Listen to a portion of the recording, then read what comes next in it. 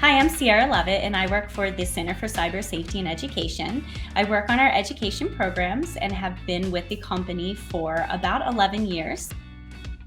My most useless skill is probably rumination. Rumination on things that do not actually matter in the end. The form of neurodivergence that I have is obsessive compulsive disorder. This is commonly known as OCD.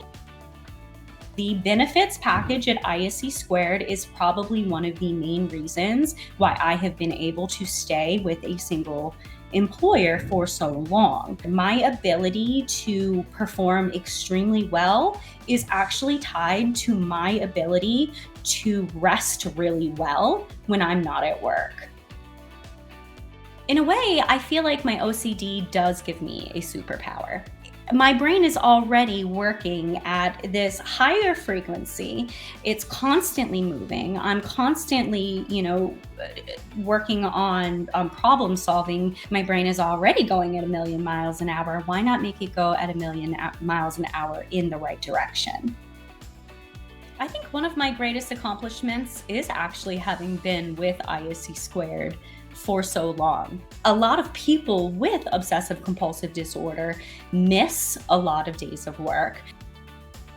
I think a pretty big stereotype with OCD, and really in a lot of other cases with neurodivergency, is dealing with people thinking that you have an intellectual disability as well, or that something is wrong with your intelligence, when actually I'm a pretty average, typical intelligence.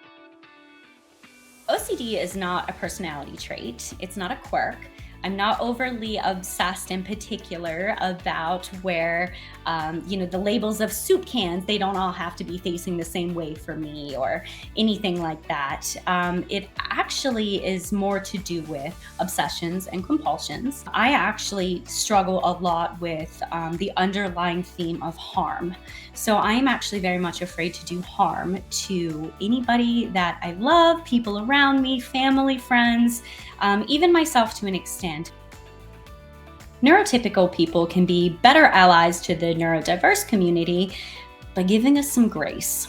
We are trying really hard to not only live, but thrive and do really well in a society that isn't quite set up in many ways to deal or handle people with differences.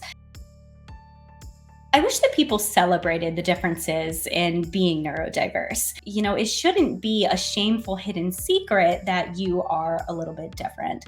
And yet it feels like there are very real consequences to it.